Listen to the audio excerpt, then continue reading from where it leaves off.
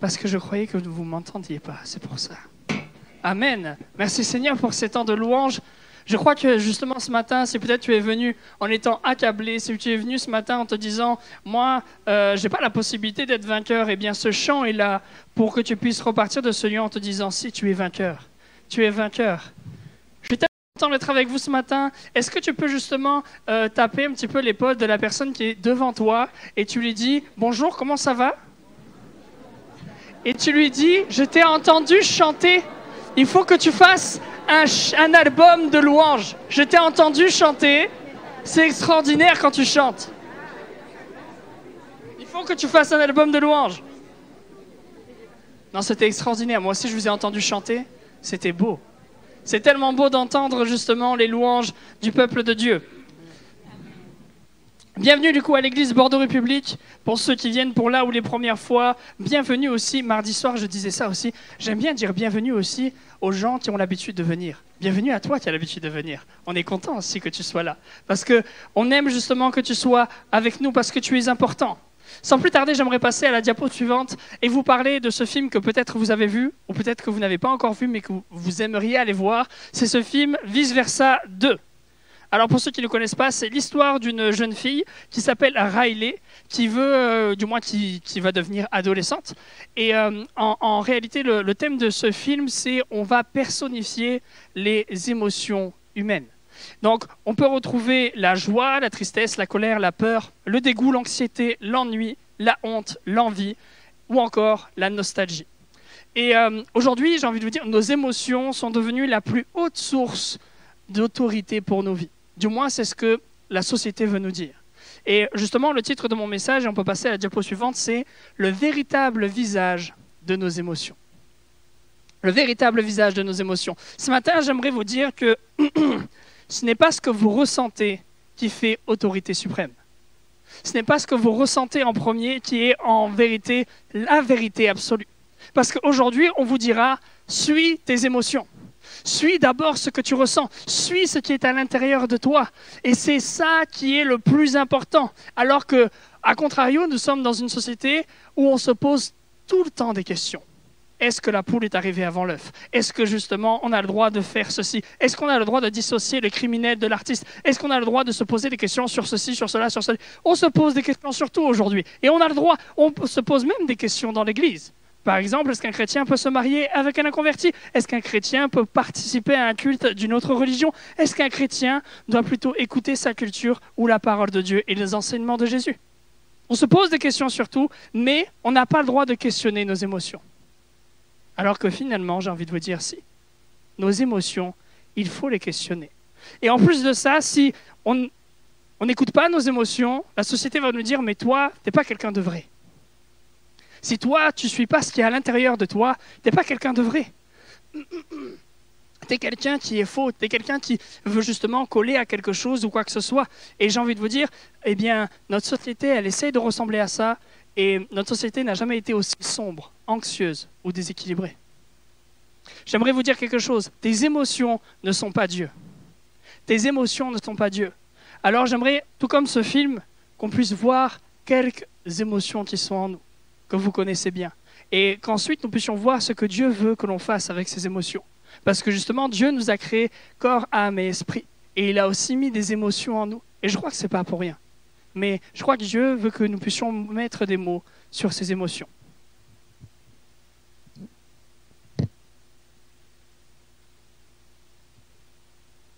Ah, c'est dingue, je vois mieux comme ça. On va commencer avec l'anxiété. Alors l'anxiété, ça fait sourire ceux qui ont vu le film, bien sûr. Alors l'anxiété, j'aimerais commencer avec l'anxiété. C'est une émotion qui, j'ai envie de dire aujourd'hui, c'est le fléau de notre humanité. Elle touche tout le monde, l'anxiété, c'est ça qui est intéressant. Le riche, le pauvre, l'homme, la femme, celui qui est croyant ou non. Elle touche tout le monde, les jeunes, les plus âgés. Et dans la Bible, nous avons Jésus qui a vécu du moins quelque chose qui pourrait s'apparenter à une crise d'angoisse. Alors pas du tout pour les mêmes raisons que nous. Nous, par exemple, on va avoir des crises d'angoisse par rapport à nos examens, par rapport, j'ai envie de dire, à nos finances, par rapport au travail. Lui, Jésus a vécu cela parce qu'il savait qu'il allait mourir sur la croix. Et j'aimerais justement faire un aparté avec toi qui peut-être vient pour là ou les premières fois.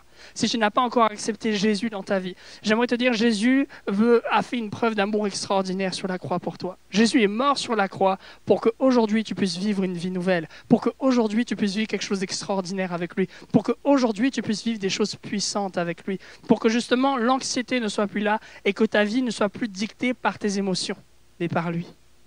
Et ça, c'est merveilleux. J'aimerais que l'on puisse lire ensemble dans Luc chapitre 22, verset 4. Le verset va s'afficher derrière moi.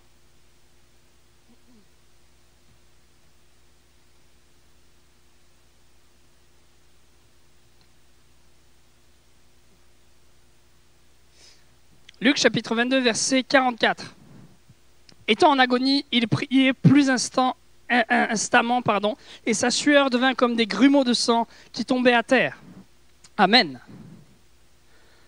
Le mot grec ici pour agonie, c'est agonia. Ça veut dire en fait émotion et sévère lutte mentale, qui a donné aussi le mot angoisse. J'aimerais vous poser une question ce matin.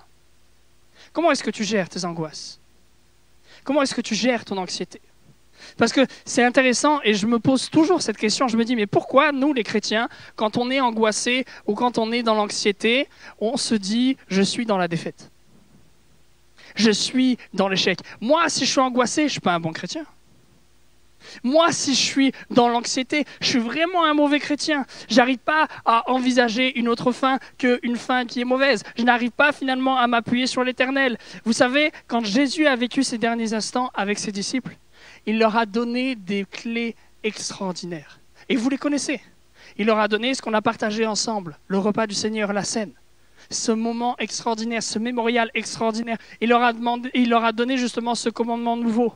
Il leur a donné aussi le fait de se laver les pieds, leur montrer à quel point l'humilité était quelque chose d'important. Il leur a dit aussi dans Jean chapitre 14, verset 1er, que votre cœur ne se trouble point. Croyez en Dieu et croyez en moi. Croyez en Dieu et croyez en moi, que votre cœur ne se trouble point. En réalité, pour sortir de l'anxiété, il faut se focaliser sur Jésus. Amen. C'est bien, il y a beaucoup de amen. Et peut-être que même certains se disent, mais c'est logique. Mais alors j'ai envie de te poser la question, si c'est logique, pourquoi tu es angoissé? Si c'est logique, pourquoi l'anxiété est là? Si c'est vraiment si simple que ça, pourquoi l'anxiété est présente? Parce que souvent, quand l'anxiété est là, il faut se dire quelque chose qui est vrai, c'est qu'il y a beaucoup de jeux. Quand l'angoisse est là, il y a toujours le mot « je » qui revient. Je ne suis pas capable, je n'y arriverai pas, c'est impossible pour moi, je ne peux pas faire ceci, je n'arriverai pas à faire cela. Alors que si on regarde à Jésus et que l'on se dit que c'est par lui que nous arriverons à faire toutes ces choses, c'est complètement différent. Si on se dit que c'est par lui que nous arriverons à aller au-delà de toutes ces difficultés, l'angoisse ne sera plus là. Vous savez, ma femme, elle aime bien me dire quelque chose. Elle aime bien me dire, moi, je ne suis qu'un 2 sur 10. Alors moi, bien sûr, comme tout bon mari qui se respecte, je lui dis, mais non, toi, tu es parfaite. Et elle me dit, non, moi, je suis vraiment un 2 sur 10. Mais seulement parce que j'ai Jésus qui vit en moi et que j'ai Jésus qui m'aide, il peut m'aider à devenir un 7, un 8 sur 10. Alors du coup, regarde ton voisin et dis-lui, tu es vraiment un 2 sur 10. Mais grâce à Jésus, tu es un 10 sur 10.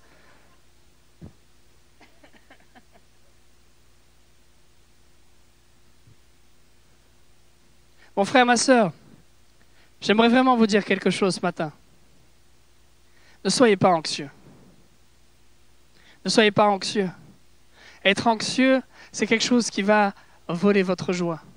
Être anxieux, c'est quelque chose qui va ternir votre vie, qui va gâcher votre vie.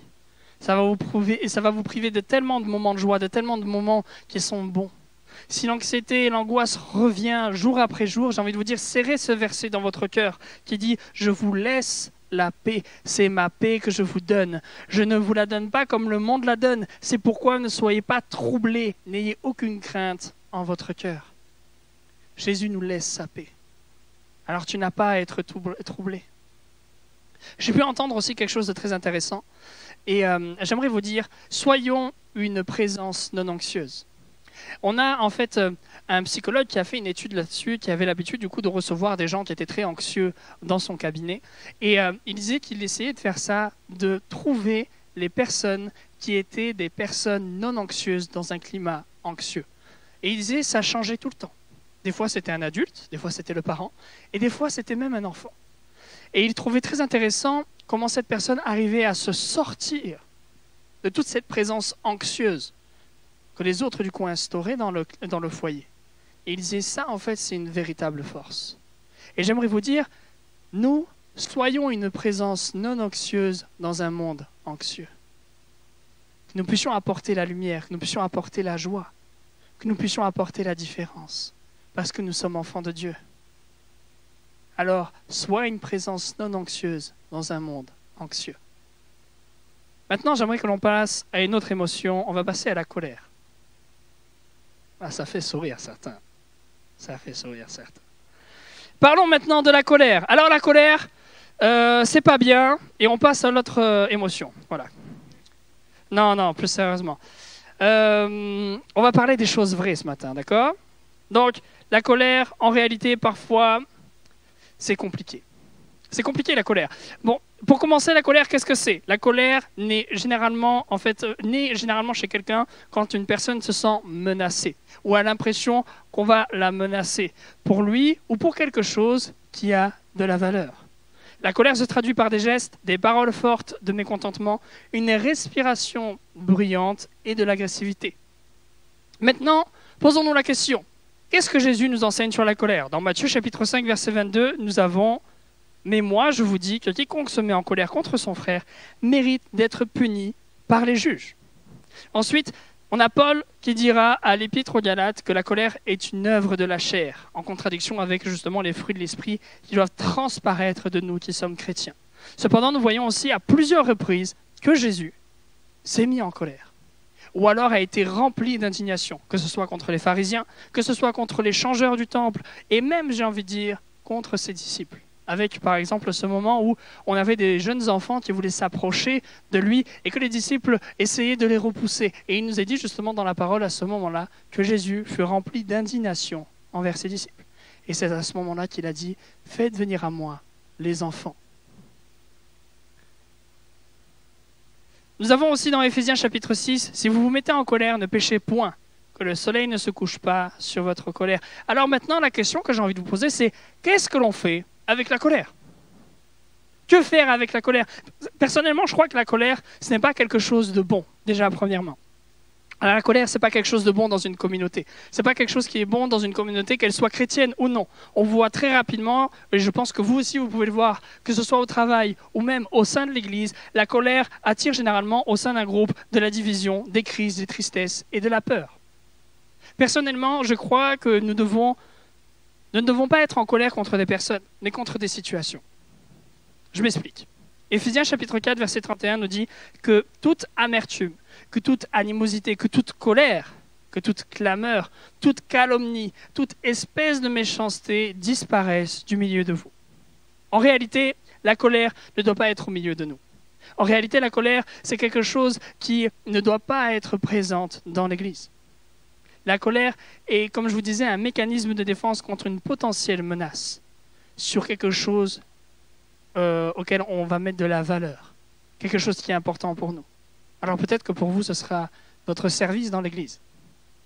Peut-être que pour vous, ce sera quelqu'un qui ne respecte pas une consigne. Peut-être que quelqu'un, pour vous, ce sera quelqu'un qui n'a pas bien fait une tâche. Ou alors contre quelqu'un qui pêche. Et vous savez quoi, je vous dis tout ça, mais je me l'applique à moi en premier. Parce que moi aussi, des fois, je me mets en colère. Galates, chapitre 6, nous dit « Frères, si un homme vient à être surpris en quelque faute, vous qui êtes spirituels, redressez-le avec un esprit de douceur. » La Bible nous invite à regarder les autres comme étant au-dessus de nous.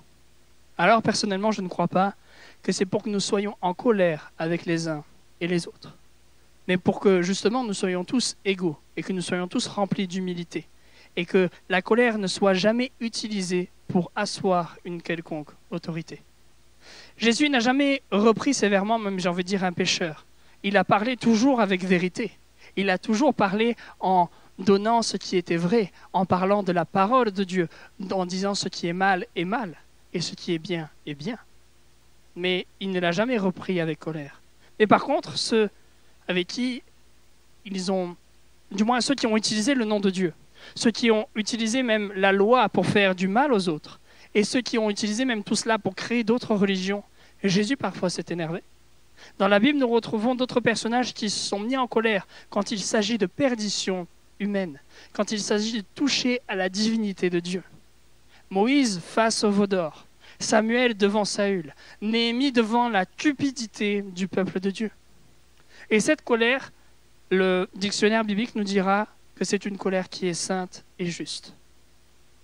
Par contre, j'ai envie de vous dire, Jésus refusera que ses disciples demandent d'anéantir les Samaritains, demandent d'anéantir les Samaritains qui ne les ont pas accueillis, parce que ce n'est que à Dieu que revient la vengeance et le jugement. Et il y a ce verset dans Jacques chapitre 1, verset 20, « La colère de l'homme n'accomplit pas la justice de Dieu. » Alors en réalité, mes frères et sœurs, ne soyons pas en colère les uns contre les autres pour des choses qui, peut-être c'est vrai pour vous, vont avoir de la valeur. Mais en réalité, ce n'est pas une bonne raison. En réalité, nous ne devons pas être en colère les uns contre les autres. Nous devons être en colère, parfois, j'ai envie de dire, contre une situation. Les personnes qui vont utiliser le nom de Dieu pour faire du mal aux autres. Parfois, peut-être soyons en colère pour ceux qui touchent au salut, pour ceux qui vont justement modifier la Bible ou toutes ces choses. Mais ne soyons jamais en colère pour ceux qui sont parmi nous et qui parfois font des erreurs, c'est vrai. Et puis même, j'ai envie de vous dire, poussons la réflexion encore plus loin. Si nous nous mettons en colère, entre guillemets, pour une bonne raison, pour quelqu'un qui va utiliser le nom de Dieu en vain, pour ceux qui vont modifier la Bible, pour ceux qui vont faire du mal aux gens en utilisant le nom de Dieu, eh bien la Bible nous dit de ne pas rester sur notre colère. Parce que sinon, la colère entraîne le péché. Alors mes amis, faisons attention avec la colère. C'est un mal que parfois nous utilisons trop facilement, et même moi le premier, j'ai envie de dire. La colère est quelque chose qui peut faire du mal au sein de notre communauté. Passons maintenant à une autre émotion, la nostalgie. J'aime bien, à chaque fois vous souriez quand on passe d'une autre émotion à une autre émotion. La nostalgie. J'aimerais vous lire ce verset dans Psaume 77, versets 11 à 12. « Je rappellerai les œuvres de l'Éternel car je me souviens de tes merveilles d'autrefois. Je parlerai de toutes tes œuvres, je raconterai tes hauts faits. » Vous savez quoi? Dieu aime que l'on se souvienne de ce qu'il a fait dans notre vie. Et je suis sûr que ce matin, si on s'amusait à prendre tous les miracles que vous avez vécus, on pourrait écrire des ouvrages et des ouvrages et des ouvrages. Et peut-être même qu'une personne ici pourrait en écrire déjà plein. Souvenez-vous ce que Dieu a fait dans votre vie. Et vous savez quoi? Dieu aime énormément ça. Déjà, on le voit avec les fêtes juives. Les fêtes juives étaient souvent là pour commémorer quelque chose. Par exemple, la fête des tentes était là pour se rappeler du périple que le peuple de Dieu avait vécu dans le désert. Du coup, ils vivaient à nouveau dans des tentes. Il y avait aussi ce qu'on appelle des mémoriaux, où du coup, ils bâtissaient un mémorial pour se souvenir de ce que Dieu avait fait d'extraordinaire. Généralement, c'était pour se rappeler d'un miracle. Comme ça, une fois que l'on repassait devant ce mémorial et que les plus jeunes posaient la question et qu'ils disaient « Papa, maman, qu'est-ce que c'est ?» Et justement, les parents pouvaient raconter et dire « Voilà ce que Dieu a fait, voilà le miracle de Dieu. » Aussi, il y a les psaumes. Les psaumes étaient là aussi pour se souvenir de la gloire de Dieu, pour se souvenir de ce que Dieu faisait dans les vies des anciens justement de l'époque, dans la vie de David et dans la vie de bien d'autres. Il y avait aussi, à l'époque de Moïse, ce que l'on appelait les trompettes d'argent. Ça, j'aime beaucoup. Les trompettes d'argent, c'est... en fait, on les utilisait avant les combats. Quand le peuple allait se battre contre un autre peuple, on sonnait justement ces trompettes d'argent pour rappeler au peuple d'Israël les victoires des combats passés. J'aimerais te poser une question ce matin. Est-ce que toi, en ce moment, tu es dans un combat? Est-ce que toi, en ce moment, tu vis un moment difficile? Est-ce que toi, en ce moment, justement, tu as envie de dire, comme le chant tout à l'heure, il y a des forteresses qui sont autour de moi. J'ai l'impression d'être complètement emprisonné. J'ai l'impression qu'il y a une montagne qui m'empêche d'avancer. Ce matin, j'aimerais sonner la trompette d'argent pour toi. Ce matin, j'aimerais te rappeler toutes les victoires que tu as déjà vécues avec lui, toutes les victoires que tu as déjà remportées avec lui, toutes les victoires que tu as déjà vues de tes propres yeux. Rappelle-toi de cela. Ça va remplir ta foi. Il y a aussi, j'ai envie de dire, ce qui définit même, j'ai envie de dire, la nostalgie dans la communauté juive, c'est la fête de la Pâque. La fête de la Pâque, c'était le moment qui était là pour se rappeler de ce que Dieu avait fait avec son peuple quand ils étaient en Égypte. C'était le moment qui était tellement... C'était la fête qu'il ne fallait pas manquer, la Pâque. Et nous ensuite, nous avons eu, j'ai envie de dire, la scène. Jésus dira, faites ceci en mémoire de moi. Dieu aime la nostalgie. Dieu aime que l'on se souvienne de lui. Se souvenir de ses exploits et non des échecs que l'on a pu vivre avec lui. Vous savez, en France, on a souvent tendance à faire ça. Si par exemple, je n'ai pas de verre avec moi, mais du coup j'ai une bouteille, si je vous la montre, peut-être que certains diront « Ouais, elle est à moitié pleine ». D'autres peut-être diront « Elle est à moitié vide ». Et j'aimerais te dire, sois plus optimiste. Essaye de voir la vie différemment. Et souviens-toi des bienfaits de Dieu. Souviens-toi de ce que Dieu a fait dans ta vie qui, justement, t'a aidé à grandir. Souviens-toi des bénédictions de Dieu. Rappelez-moi ce chant un petit peu. Qu'est-ce qu'il dit? Compte les bienfaits de Dieu. Mets-les tous devant tes yeux et tu verras, en adorant, combien ils sont grands. Amen. Compte les bienfaits de Dieu, mon frère, ma sœur.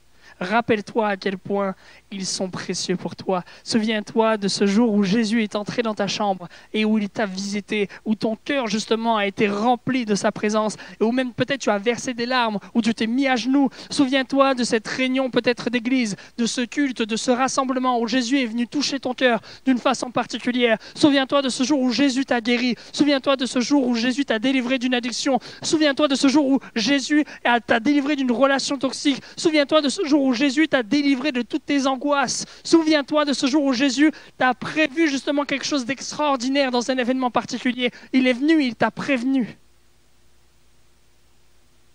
Souviens-toi de ces moments-là. Souviens-toi de ce jour où Jésus t'a baptisé du Saint-Esprit. Souviens-toi de ce jour où tu as vécu quelque chose de puissant avec lui. Et même j'ai envie de vous dire, souviens-toi de ce jour où tu l'as accepté pour la première fois comme Sauveur et Seigneur. Souviens-toi de ce jour-là. J'aimerais vous dire quelque chose. Je ne sais pas si vous savez, mais Jésus cherche en premier notre salut. Parfois, on oublie ça. Et j'aime beaucoup cette histoire justement du paralytique qui est arrivé par le toit. Parce que du coup, on a un homme qui est complètement paralysé, il ne peut pas bouger et ça se voit. Comment ça se voit? Il est sur un lit. Ok? Et du coup, on le pose devant Jésus et Jésus, on s'attend tous à ce qu'il le guérisse. On s'attend tous à ce que Jésus lui impose les mains, dit quelque chose. Et puis là, il se lève, il saute et il s'en va. Non, il lui dit, tes péchés sont pardonnés. Jésus, ce qu'il veut en premier, c'est notre salut. Jésus, ce qu'il veut en premier, c'est notre salut. Et toi, peut-être qui viens pour là ou les premières fois, je ne sais pas pourquoi tu es venu. Peut-être qu'il y a une maladie, peut-être qu'il y a une difficulté dans ta vie, peut-être qu'il y a quelque chose. Et c'est vrai, et tu sais quoi, j'ai envie de te dire, Dieu va s'en occuper. Mais dans un premier temps, donne-lui ton cœur. Dans un premier temps, donne-lui justement ta vie. Donne-lui justement tous tes péchés. Tu dis, Seigneur, je te demande pardon pour tout ce que j'ai pu faire. Et je veux justement que tu viennes changer ma vie. Parce que ce qu'il veut en premier, c'est ton salut. Et ce qui est extraordinaire justement avec cette histoire, c'est qu'après, Jésus a guéri cet homme. Et il s'est levé et il est reparti chez lui avec son lit. Et je crois que toi aussi, tu peux vivre cela. Je crois aussi que toi aussi, tu peux vivre cela.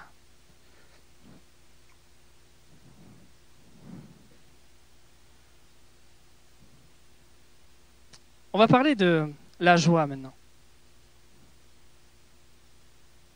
Il faut que je vous dise quelque chose d'important sur la joie. Même j'ai envie de dire deux. Déjà, je ne sais pas si vous savez, mais Dieu est joyeux. Dieu est joyeux, c'est vrai. L'éclat et la magnificence sont devant ta face, la puissance et la joie sont dans sa demeure. 1 Chroniques, chapitre 16, verset 27. La joie est dans la demeure de Dieu. Et une deuxième chose très, très, très importante, c'est dur d'être joyeux. C'est pas facile en vrai d'être joyeux, parce que souvent il y a quelque chose qui est là et qui veut nous embêter, qui ne nous permet pas d'être joyeux. Surtout si souvent on cherche des fois la petite bête, des choses comme ça. Vous savez, la Bible cite 145 fois le mot joie. 145 fois. Et la joie, comment vous dire, c'était une marque du peuple de Dieu. C'était quelque chose qui était visible.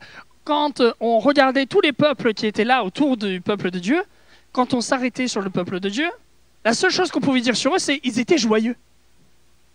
Montrez-moi pour voir si vous êtes joyeux. Vous n'êtes pas trop joyeux ce matin. Le peuple de Dieu était tout le temps dans la joie. Et c'est vrai qu'en réalité, si on s'arrête 2 secondes, bien sûr, chaque occasion pour eux était un moment pour faire la fête. Un mariage, une fête commémorative, juste quelqu'un qui revient à la maison. Tout le temps, ils pouvaient faire la fête. Ils étaient tout le temps dans la joie et dans la louange. Ils chantaient tout le temps des louanges à Dieu. C'était quelque chose qui était tellement important pour eux. Et puis en plus, on sait que c'était une communauté qui était très démonstrative. Du coup, chaque moment était accompagné de joie. Et on voit même, j'ai envie de dire, la joie accompagnait beaucoup des moments clés, même dans la Bible. On a, au moment de la Pentecôte, quand les apôtres ont été remplis du Saint-Esprit, il nous dit qu'ils étaient remplis de joie et d'Esprit Saint. Quand Jésus est revenu, quand Jésus est ressuscité, les disciples étaient remplis de joie. Quand Jésus, en fait, est arrivé aussi dans la ville de Jérusalem, tout le monde était dans la joie. La joie accompagnait aussi les miracles de Jésus. La joie était là pour les fêtes, pour toutes ces choses. En fait, ils aimaient tellement être joyeux. J'aimerais te poser une question ce matin. Est-ce que tu as perdu ta joie? Est-ce que tu as perdu ta joie? Cette joie simple de venir peut-être à l'église. Cette joie simple de servir ton Dieu. Cette joie simple des moments simples même de la vie. De lire peut-être une histoire avec ton enfant, de passer un temps de prière avec ton conjoint, de passer un temps simple avec lui. Aujourd'hui, on est tellement distrait par tellement de choses. Aujourd'hui, on est tellement distrait par tout. Et j'ai envie de dire, la première chose qui nous distrait, c'est ça. Tiens, je parle à beaucoup de monde aujourd'hui. On est tellement distrait par plein de choses. Et si on s'arrêtait un petit peu et qu'on essayait de retrouver des joies qui sont simples? Essaye de retrouver ta joie si tu l'as perdue. Retrouve-la auprès de Jésus. Lui, il peut te donner sa joie. Il peut te donner justement cette joie d'être proche de lui. Alors, j'ai noté un truc, mais je ne vais pas vous le dire, de le faire.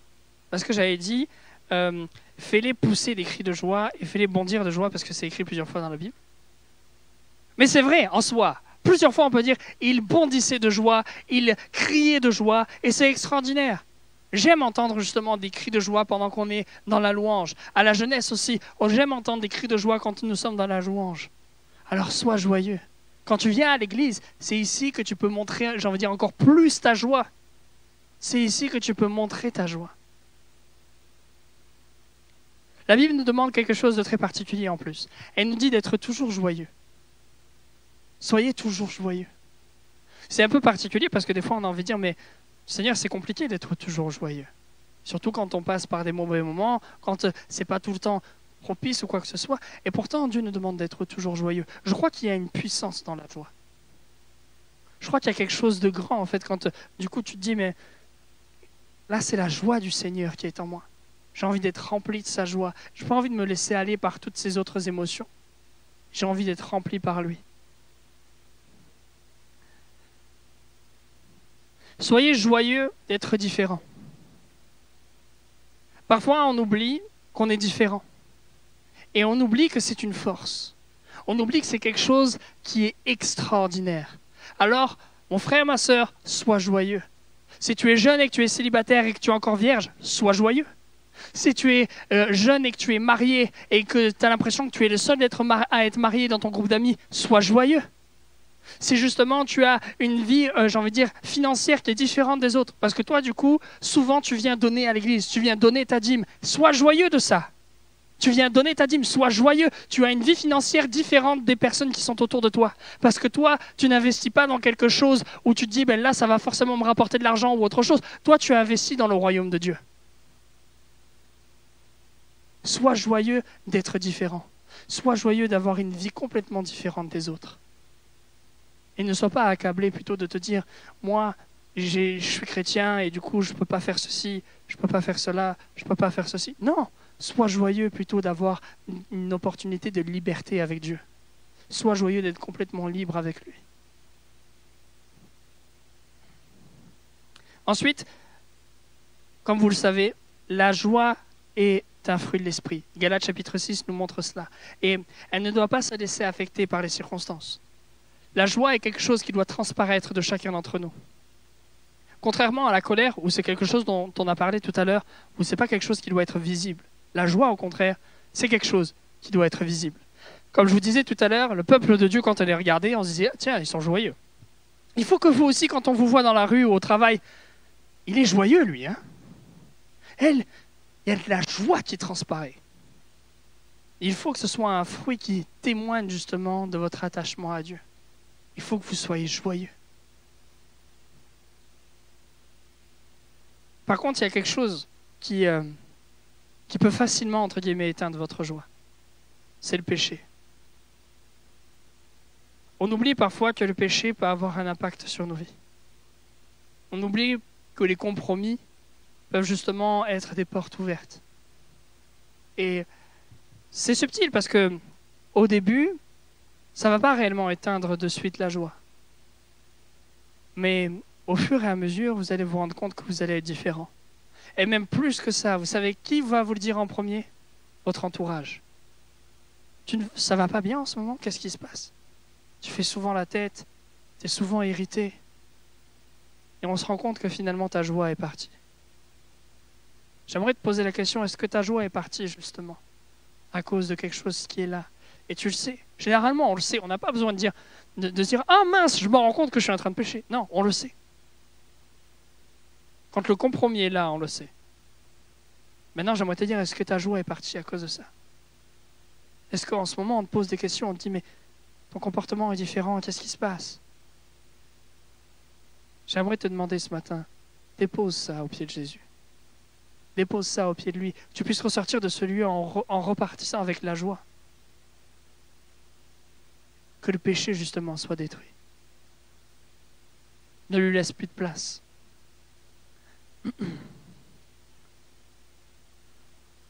J'aimerais qu'on puisse parler maintenant de la peur. Vous êtes bon public, hein? On peut passer à la diapositive suivante, s'il te plaît? Psaume 34, verset 5. « J'ai cherché l'Éternel et il m'a répondu. Il m'a délivré de toutes mes frayeurs. » Est-ce que vous avez des phobies? C'est le truc, ça, en ce moment, des phobies. Moi, je ne sais pas si j'ai une phobie, mais des fois, quand je vais dans l'eau, en eau profonde, j'ai un peu peur. Je ne dirais pas que j'ai une... Je crois que c'est l'aquaphobie, quelque chose comme ça. La thalassophobie, pardon. Mais j'ai souvent peur quand je ne vois pas très bien le fond. Ou quand je suis avec un masque, un tuba, tout ça. Et je me dis, ça encore, c'est une peur qui peut facilement se rationaliser. Mais parfois, on a des peurs. C'est un peu plus compliqué de les faire partir. On a même des frayeurs qui sont là. Et j'ai envie de dire, des fois, des frayeurs tout à fait légitimes. Je parle, j'ai envie de dire, aux parents. Quand peut-être parfois vous laissez vos enfants prendre le bus ou quoi que ce soit pour aller à l'école, vous priez, je pense, pour eux le matin. Vous dites, Seigneur, garde-les sur le trajet, qu'il ne leur arrive rien. Parce qu'on voit en plus dans notre société actuelle qu'un drame peut très facilement arriver. Et j'ai envie de dire, ça, ce sont des frayeurs qui sont tout à fait légitimes. Par contre, à partir du moment où une peur, une frayeur commence à vous paralyser, c'est pas bon. À partir du moment où la peur ne vous permet plus d'avancer dans votre vie, et vous vous dites, mais en fait, je ne peux plus rien faire. La peur est là, elle me paralyse. Je ne peux plus avancer dans ma vie. Je ne peux plus entreprendre de projets. Je ne peux plus réfléchir. Je suis constamment hanté par cette peur. Eh bien, j'ai cherché l'Éternel et il m'a répondu. Il m'a délivré de toutes mes frayeurs. Cherche l'Éternel. Cherche-le. Et il va te délivrer de toutes tes frayeurs. Il va te délivrer de tout ce qui t'empêche d'avancer, de tout ce qui te paralyse, de tout ce qui est là et qui finalement te fait peur. Personnellement, je ne connais pas votre vie, mais vous savez ce qui vous fait peur. Alors cherchez Dieu, allez justement au plus proche de lui et vous allez voir à quel point il va détruire et vous délivrer de toutes ces frayeurs. Alors, il y avait encore plein d'autres émotions. Tout à l'heure, je vous les ai citées, mais je me suis dit que ça allait être peut-être un petit peu trop long. Mais j'aimerais terminer avec une émotion. C'est la honte. Ou du moins, là, c'est l'embarras. Donc, la honte. Comment vous dire ça? Tu peux passer à la diapo suivante parce que sinon, je sais que vous n'allez pas m'écouter.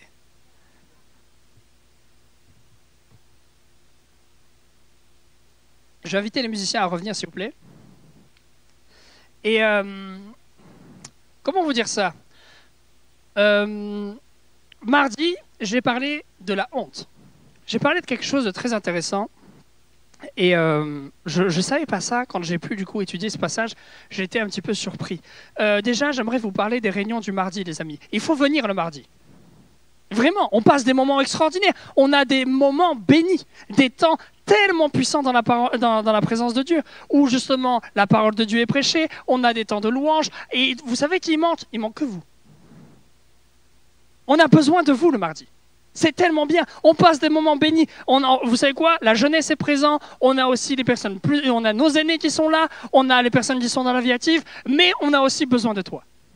Alors, on t'attend le mardi soir. Amen. Vous avez dit amen. Vous serez là mardi. Hein. Vous avez dit amen. Alors, mardi, j'ai parlé des noces de Cana. Le premier miracle de Jésus, miracle extraordinaire qui nous rappelle quelque chose de puissant, qui nous rappelle à quel point Dieu est là pour justement nous enlever la honte. Pourquoi nous enlever la honte? Parce que, en réalité, j'ai appris ça quand j'ai étudié ce message. En fait, le problème de ce mariage, parce que du coup, Jésus est invité à un mariage, et le problème de ce mariage, je ne sais pas si moi j'étais à un mariage hier, il n'y a pas eu de problème, c'était super. Mais je ne sais pas si vous êtes déjà allé à un mariage où il y avait des problèmes. Par exemple, on cherche la pièce montée, ou la pièce montée n'est pas vraiment montée, ou alors on cherche les mariés, on cherche les invités, on cherche les alliances. Vous avez déjà vu ça? Moi j'ai déjà vu ça, on cherche les alliances. Où sont les alliances? Et là, le problème de ce mariage, c'est qu'il manque du vin. Alors aujourd'hui, on va dire, bah, c'est pas grave s'il manque du vin, c'est pas super important. Mais il faut vous dire quelque chose, à l'époque de Jésus, s'il manquait du vin, c'était horrible. Pour tout vous dire, on pouvait vous amener en procès parce qu'il manquait du vin à votre mariage.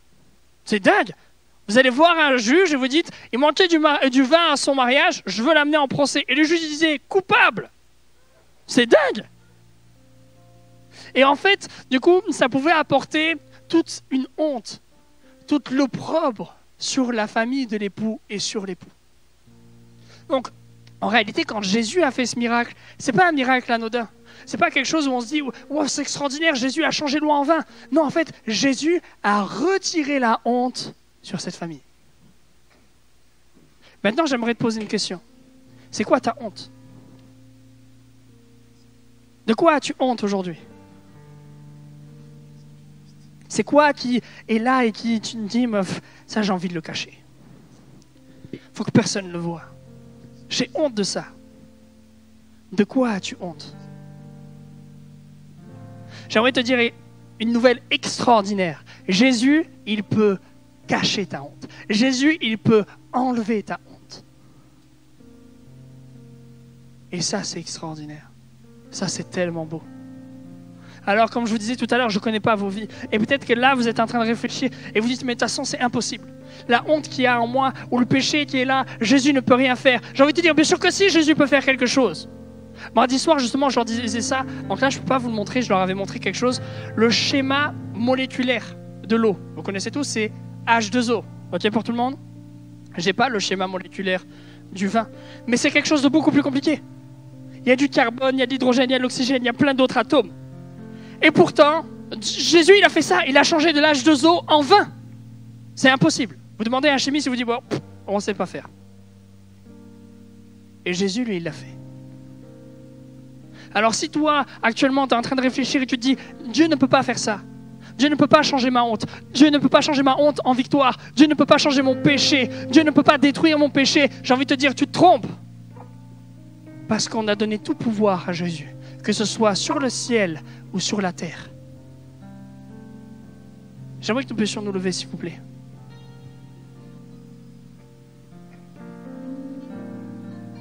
J'aimerais que tu puisses repartir de ce lieu en étant victorieux de tes émotions. Peut-être qu'aujourd'hui, ce qui dicte ta vie, c'est tes émotions.